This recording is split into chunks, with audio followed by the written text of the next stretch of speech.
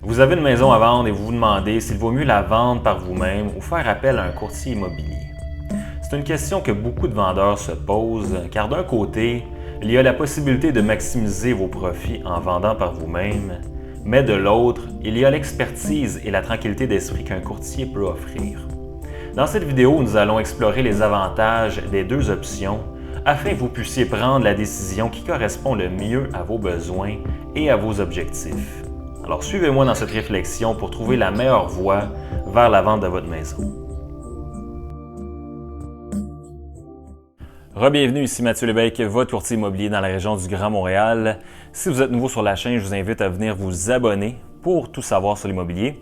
Donc commençons par regarder toutes les étapes nécessaires pour une vente réussie et je vous invite à rester avec moi jusqu'à la fin pour découvrir les 7 points à surveiller si vous envisagez vendre par vous-même.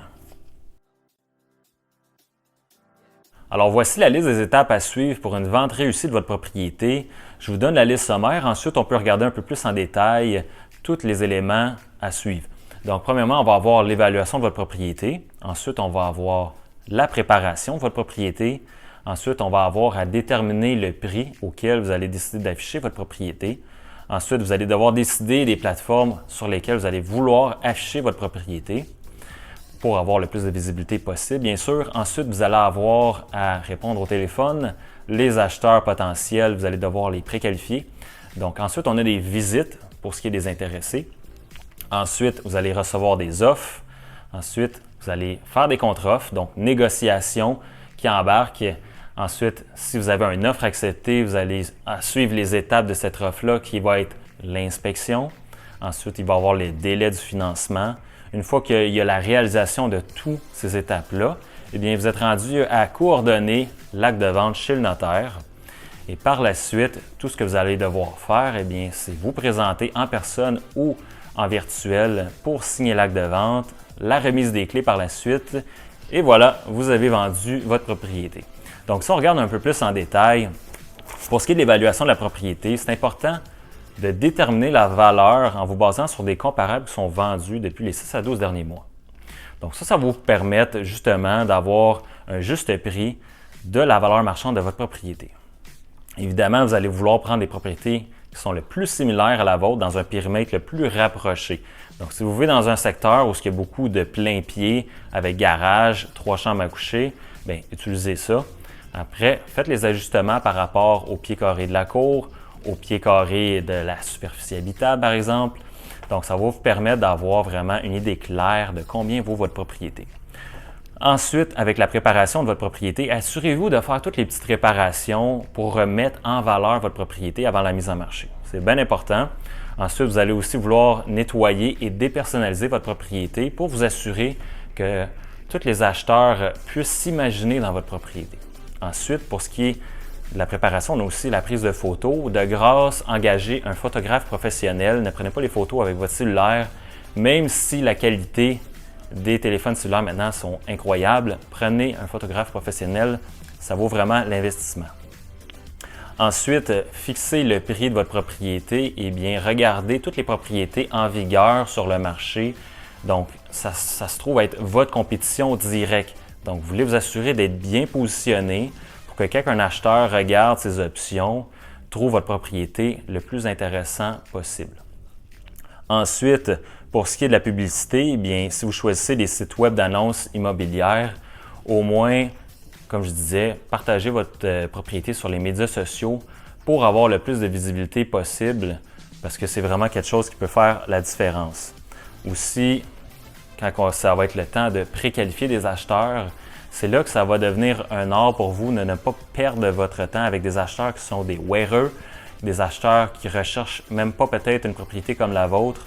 Donc, en ayant une fiche détaillée claire en ligne, ça va vous éviter ça, mais c'est bien important de préqualifier vos clients sans les offusquer. Donc, en posant les bonnes questions, en s'informant sur leur projet, dans combien de temps ils veulent acheter. Si votre vente doit être faite d'ici la fin 2023, c'est des acheteurs qui envisagent seulement acheter en 2024, en juillet 2024, on va dire, même s'ils ont un gros coup de cœur, ça ne fonctionne pas pour vous. Vous avez des délais de vente plus serrés. Donc, bien important de préqualifier les acheteurs. Ensuite, pour la négociation, n'importe quelle offre que vous allez recevoir, évidemment, si c'est au-dessus du prix demandé, vous pouvez l'accepter, mais règle générale, vous allez recevoir une offre sous le prix demandé. Évidemment, faites une contre-offre à ça. Et il y a plusieurs stratégies pour vous assurer justement de ne pas faire une mauvaise contre-offre. Donc, informez-vous avec des connaissances que vous avez ou avec des professionnels de l'immobilier pour vous assurer de faire une bonne négociation par rapport à ça. Ensuite, on va avoir toute la paperasse qui va suivre avec ça, c'est-à-dire qu'on va avoir les contre-offres, les modifications, les avis suivis de réalisation des conditions, etc., etc. Donc, une fois que vous avez une offre acceptée, assurez-vous au moins que tout est en bonne et due forme dans les documents et que les acheteurs ne vont pas se désister. Ensuite, on va avoir l'inspection. Donc, assurez-vous d'être présent avec l'acheteur et son inspecteur pour vous assurer de, premièrement, répondre aux questions que l'inspecteur va avoir et rassurer l'acheteur avec toute l'information que vous allez pouvoir donner sur la propriété. Donc, une fois que ça c'est fait et que l'acheteur est satisfait, bien, il va pouvoir, quelques jours après, vous remettre sa lettre d'acceptation hypothécaire. Donc, une fois que les réalisations des conditions vont être faites, vous allez pouvoir passer chez le notaire, donc coordonner la vente pour finaliser la transaction. Après ça, on va avoir l'après-vente où vous allez devoir remettre les clés. Si ce n'est pas à l'acte de vente, des fois c'est un peu après. Nettoyer la propriété et remettre la propriété dans le même état que l'acheteur a visité. Alors, c'est ce qui conclut toute la liste des étapes à faire pour avoir une vente réussie de votre propriété. Maintenant, regardons tous les avantages qu'un courtier immobilier peut vous offrir pour la vente de votre propriété. Alors, premièrement, pour évaluer votre propriété, un courtier immobilier qui connaît bien votre secteur va être en mesure de pouvoir vous donner exactement le prix de votre propriété, vous sortir les comparables vendus, vous les montrer et vous assurer que vous avez le bon prix sur votre propriété. Ça, c'est la première chose. Ensuite, on a l'expertise du marché. Donc, un courtier qui a vu plus d'une dizaine, voire centaine de transactions devant lui, connaît super bien le processus de vente, toutes les erreurs coûteuses à éviter, tout ça. Eh bien, il y en a vu plusieurs. Donc, il y a déjà les solutions prêtes pour chaque problème qui va se présenter dans la transaction. Donc, encore une fois, ça va faire en sorte que votre transaction va être vraiment plus fluide et vous évitez vous-même les erreurs coûteuses. Ensuite, vous allez avoir la visibilité. Avec un courtier, vous avez 10 fois plus de visibilité que si vous affichez sur des sites comme du Proprio, par exemple. Ou si on regarde avec la plateforme SimilarWeb, la visibilité mensuelle, on a environ 3 millions de clics par mois. Et si on combine Realtor.ca et Centris, on tourne environ aux 40 millions de clics plutôt par mois. Donc, plus de 10 fois de visibilité pour votre propriété. Et qui dit plus de visibilité dit plus d'acheteurs. Ensuite, on a l'expérience de la négociation. Donc, un courtier avec son expérience va pouvoir vous aider à obtenir le meilleur prix pour votre propriété. Ensuite, on va avoir la paperasse, donc tout le côté juridique où vous ne voulez pas faire d'erreur dans la documentation. Eh bien, un courtier sait exactement comment remplir tous ces documents-là et s'assurer de toujours protéger vos intérêts. Et évidemment, vous avez une protection avec la FARCIC, qui est un organisme qui assure les courtiers immobiliers. Donc, en cas d'erreur et omission, vous avez également une protection par rapport à ça. Donc, si jamais votre courtier ferait une erreur, bien, vous êtes couvert.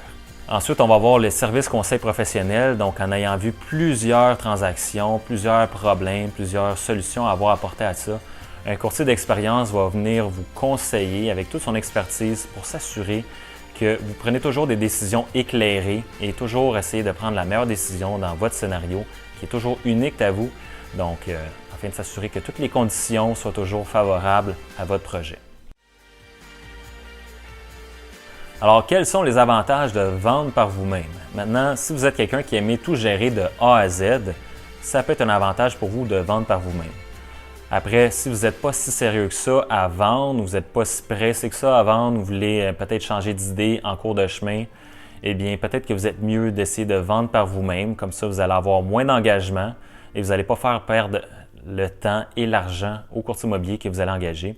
Car évidemment, le courtier va dépenser pour les photos, va se déplacer pour les visites, va vous conseiller pour la mise en marché. Donc, il va mettre quand même du temps et de l'énergie et de l'argent dans le processus. Donc, peut-être c'est mieux de vendre par vous-même si vous voulez peut-être pas vendre vraiment et changer d'idée en cours de chemin. Ensuite, si vous avez l'intention de cacher de l'information, de faire de la fraude, évidemment, engager un courtier immobilier pourrait vous mettre les bâtons dans les roues, c'est-à-dire que lui, en faisant la vérification des documents, va bien voir qu'il y a des choses qui vont clocher que vous n'avez pas déclarées. Donc, si c'est vos intentions, peut-être que c'est mieux de vendre par vous-même. Ensuite, sauver la commission. Donc, évidemment, si vous vendez par vous-même, vous avez la possibilité de sauver la commission en essayant de vendre à un prix égal ou supérieur que vous auriez obtenu avec les services d'un courtier immobilier. Maintenant, regardons les avantages d'un acheteur direct qui viendrait vous voir sans les services d'un courtier immobilier directement si vous vendez par vous-même. Donc, les avantages d'un acheteur direct, ce serait aussi de sauver la commission. Pourquoi? Parce qu'un acheteur qui ne fait pas affaire avec un courtier immobilier ne voudra pas nécessairement non plus vous payer la commission. Alors, vous vous retrouvez, si vous vendez par vous-même, à avoir à justifier à l'acheteur de vous payer l'équivalent du prix demandé plus la commission. Donc, un acheteur qui magasine sans courtier, la plupart du temps, c'est un acheteur qui est très informé du marché et veut se passer des services d'un courtier pour sauver le plus possible sur l'achat de la propriété. Ensuite, un acheteur qui veut acheter directement à vendre par le propriétaire, parfois c'est pour un blanchiment d'argent, étant donné qu'un courtier va faire la vérification des documents et soupçonner tout blanchiment d'argent au gouvernement par la suite, une fois que la transaction est faite. Si un acheteur veut faire ça, faire de la fraude, eh bien, il y a plus d'avantages à le faire par lui-même qu'avec un courtier immobilier. Alors, tel que promis, voici les 7 points à surveiller si vous décidez de vendre par vous-même et vous assurer d'avoir une vente réussie. Donc, premièrement, eh bien, lorsque vous avez une offre d'achat, de combien de temps devrait être le financement? Normalement, 15 jours. Dépassez pas les 15 jours sur votre offre d'achat, donc faites attention de ne pas avoir une super de belle offre et de passer à côté d'un délai de financement qui dépasse les 15 jours. Si vous avez un 30-45 jours sur votre offre, ce n'est pas normal. Donc, assurez-vous d'avoir le bon délai d'écrit de 15 jours. Ensuite, est-ce que vous pouvez accepter 2 offres en même temps? La réponse, c'est oui. Donc, je vous encourage même à accepter 2 offres. Il faut juste s'assurer que la deuxième offre, évidemment, soit conditionnelle à l'annulation de la première offre. Et l'avantage de ça, c'est que si votre première offre, qui est l'offre de vos rêves, tombe à l'eau et que les deuxièmes acheteurs qui vous ont contacté pendant que vous aviez cette offre-là se sont tournés de bord, sont allés acheter la propriété au coin de la rue juste en face, eh bien, vous venez de perdre les deux en même temps. Tandis que si vous mettez les deuxièmes acheteurs en deuxième rang, eh bien, si la première tombe à l'eau, la deuxième embarque automatiquement. Ça vous permet d'avoir un backup plan. Donc, oui, vous pouvez accepter plus d'une offre en même temps. Ensuite, les certificats de localisation, faites attention. Prenez de l'avance s'il est dû, donc plus de 10 ans ou qu'il y a eu des modifications dans votre cours, etc. Le certificat de localisation va devoir être refait par un arpenteur géomètre. Donc, commandez-le du moment que vous décidez de vendre votre maison parce que ça peut prendre plusieurs mois avant d'avoir le nouveau certificat de localisation. Et ça implique également que vous allez devoir payer une assurance titre si vous ne l'avez pas au notaire à l'acte de vente. Évidemment, s'il y a eu des irrégularités par rapport à ça, vous allez quand même devoir en payer une, mais prenez de l'avance et sachez que vous allez devoir prévoir au moins 1 000 $ pour votre nouveau certificat de localisation. De combien de temps devrait être le délai d'inspection?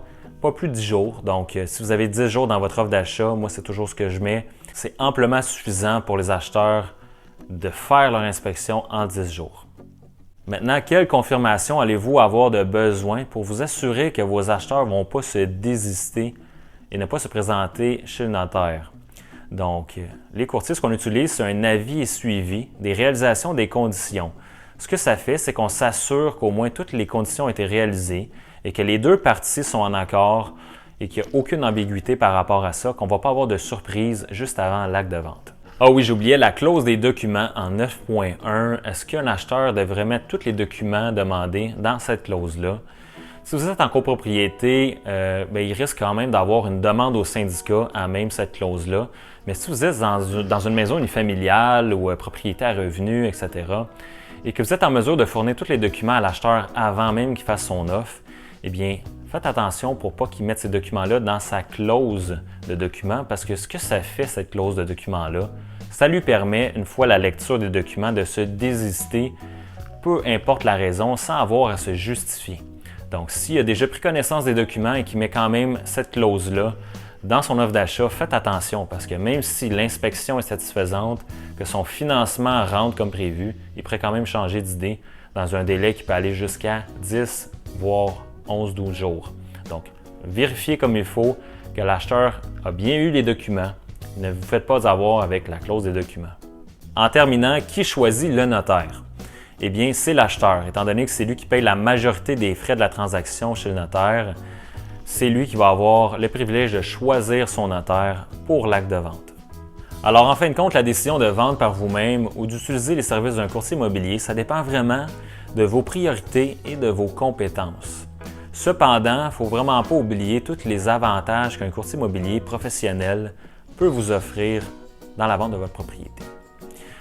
Parce qu'en réalité, la plupart des vendeurs, c'est pas qu'ils veulent vendre par eux-mêmes, c'est juste qu'ils ne voient pas vraiment la valeur ajoutée qu'un courtier immobilier peut leur offrir dans la transaction jusqu'à temps qu'il soit rendu à même la transaction. Donc, j'espère que vous avez apprécié la vidéo d'aujourd'hui. N'oubliez pas de vous abonner et on se voit dans la prochaine vidéo.